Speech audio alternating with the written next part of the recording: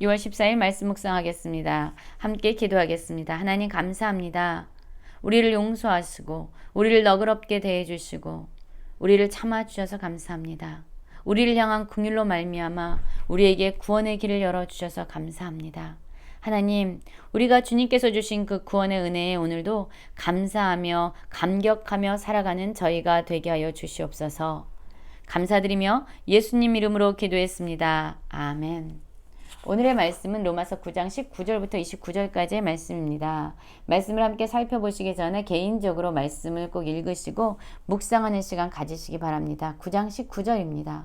혹 내가 내게 말하기를 그러면 하나님이 어찌하여 허물하시느냐 누가 그 뜻을 대적하느냐 하리니 이 사람아 내가 누구이기에 감히 하나님께 반문하느냐 지음을 받은 물건이 지은 자에게 어찌 나를 이같이 만들었느냐 말하겠느냐라는 말씀으로 시작하고 있습니다. 그렇습니다. 하나님께서 우리에게 구원의 은혜를 주셨죠. 그 구원의 길은 하나님의 주권적인 그러한 권한으로 이루어진 것입니다. 구원의 방법, 구원의 길을 주권자 되신 하나님께서 우리에게 제시해 준 겁니다. 그런데 어떤 사람들은 하나님께 이렇게 말하는 거죠. 왜 그런 방법이어야 되느냐? 왜 하나님은 그런 방법으로 사람들을 구원하느냐라고 하나님에 대해서 질문하고 있다는 거예요. 20절에서 이러한 질문을 하는 사람들을 향해서 바울이 얘기합니다. 내가 누구이기에 감히 하나님께 반문하느냐? 지음을 받은 물건이 지은 자에게 어찌 나를 이같이 만들었느냐 말하겠느냐. 그렇습니다. 여러분, 하나님께서 우리에게 구원의 길을 열어주셨습니다. 이것은 우리의 열심이나 우리의 어떤 수고나 우리의 행위에 기인한 것이 아니에요. 우리를 긍휼히 여기시는 하나님의 절대적인 주권 가운데서 우리에게 제시된 것입니다. 이제 하나님께서 제시한 그 구원의 길을 우리는 믿음으로 받고 또한 그것에 순종하면 됩니다. 하나님은 창조주가 되십니다. 토기장이가 되세요. 그리고 그분은 어떠한 방법으로 이 땅을 다스리고 어떻게 운영해야 가는지를 가장 잘 아시는 분입니다. 만드신 분이기 때문이에요.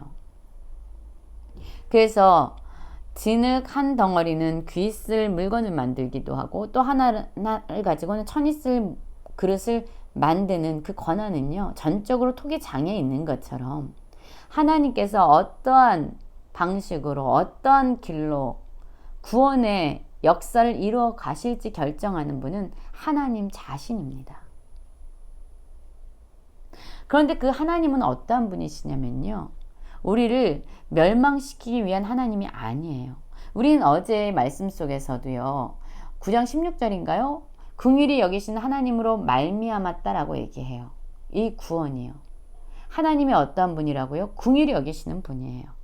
22절부터 보면은요. 그 설명이 더 자세히 나옵니다. 만일 하나님이 그의 진노를 보이시고 그의 능력을 알게 하고자 하사 멸하기로 준비된 진노의 그릇을 오래 참으심으로 관용하시고 또한 영광 받기로 예비하신 바 긍휼의 그릇에 대하여 그 영광의 풍성함을 알고자 하셨을지라도 무슨 말이하리요. 이 그릇은 우리니 곧 유대인 중에서뿐 아니라 이방인 중에서도 부르신 자니라.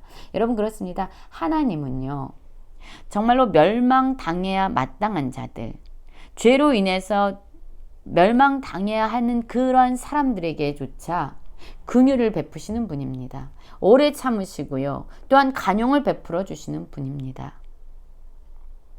그렇게 해서 하나님의 구원의 역사를 이루어 가시는 분이죠. 그렇다면 우리가 마땅히 멸망받아야 될 자들을 구원해 주신다고 해서 하나님께서 오래 참으시고 용서하시고 간용하신다고 해서 우리가 하나님께 불평하면서 하나님을 원망할 수 있겠습니까? 하나님은 절대적인 그 주권을 더 큰 긍휼을 베푸시고 더 많은 자로 하여금 하나님을 알게 하시고 구원의 영광에 이르도록 역사하시고 일하시는데 우리가 그런 하나님에 대해서 반문하고 하나님을 원망할 수 있겠습니까? 하나님은요. 유대인들에게 하나님의 영광의 풍성함을 더 알도록 일하시는 분입니다. 또한 이방인 하나님을 알지 못하는 자들 그들에게도 오래 참으시고 간용하심으로 말미암아 그들에게 구원을 허락해 주시는 긍휼의 하나님이세요. 25절에서 보면은요, 호세아의 글에도 이르기를 내가 내 백성이 아닌 자를 내 백성이라 사랑하지 아니한 자를 사랑한 자라 부르리라. 너희는 내 백성이 아니라 한 그곳에서 그들이 살아계신 하나님의 아들이라 일컬음을 받으리라 함과 같으니라 라고 말씀하고 있어요. 그렇습니다. 하나님은요, 이방인들에게조차, 하나님의 백성으로 선택되지 않은 사람들에게도 조차 너는 내 백성이라고 말씀하시고, 또한 사랑하지 아니한 자들에게조차 사랑하는 자라고 부르시면서 하나님의 그러한 긍휼을 모든 자에게 베풀어 주시는 분입니다. 자기 백성이 아니었던 자를 불러서 백성으로 삼으시고, 사랑하지 않던 백성을 사랑하는 백성이라고 부르시고, 그들을 구원하시기 위해서 자신의 주권을 사용하시는 긍휼의 하나님이십니다. 호사의 글에 이 말씀이 기록되어 있고요. 또한 이사야의 글에도 말씀하고 있죠. 이스라엘을 가나에 외치되 이스라엘 자손들의 수가 비록 바다의 모라 같을지라도 남은 자만 구원을 받나니 주께서 땅 위에서 그 말씀을 이루시고 속히 시행하시려 하셨느니라. 또한 이사야가 미리 말한 바 만일 만군의 주께서 우리에게 씨를 남겨두지 아니하셨다면 우리가 소돔과 같이 되고 고모라와 같았으리로다 함과 같으니라. 무슨 말씀을 하고 있습니까? 여러분, 하나님의 이러한 주권, 우리를 향한 긍휼함을 가지고 계신 하나님으로 말미암아 이러한 구원의 길은 열려주셨습니다. 예수 그리스도를 통해서 하나님은 구원을 우리에게 베풀어 주신다라고 결정하셨어요. 그래서 이방인들에게도 용서하시고 관용하심으로써 그들을 품으십니다. 그런데 여러분, 때로 이스라엘 이 백성들은요, 하나님께 선택을 받았고 하나님께 말씀을 받았고 하나님을 예배할 수 있는 성전을 가지고 있었음에도 불구하고요, 이들은 하나님이 구원의 길로 제시한 예수 그리스도를 거부했습니다. 예수 그리스도의 십자가의 복음을 믿어야만 예수 그리스도의 십자가에서 함께 죽고 그리스도의 부활의 생명으로만 살아야 되는 그러한 믿음으로만 구원에 이를 수 있다라고 하나님께서 제시한 그 길을 이스라엘 백성들은 거부했습니다. 그들의 의로움으로, 그들의 행위로, 그들의 수고로 구원에 이르려고 그들은 애쓰고 수고하고 노력했습니다. 여러분, 하나님은 이렇게 자기 의에 기준한 자기 생명으로 사는 자기 방식대로 구원을 이루는 자들을 구원한다라고 말씀하지 않으십니다. 비록 그들이 바다의 모래같이 많을지라도 남은 자, 이 남은 자는 누구입니까? 하나님께서 제시하신 예수 그리스도를 통한 구원의 길을 믿음으로 받은 자, 그러한 자만이 하나님의 구원의 은혜를 누릴 수 있게 될 것이다 라고 말씀하고 있지요.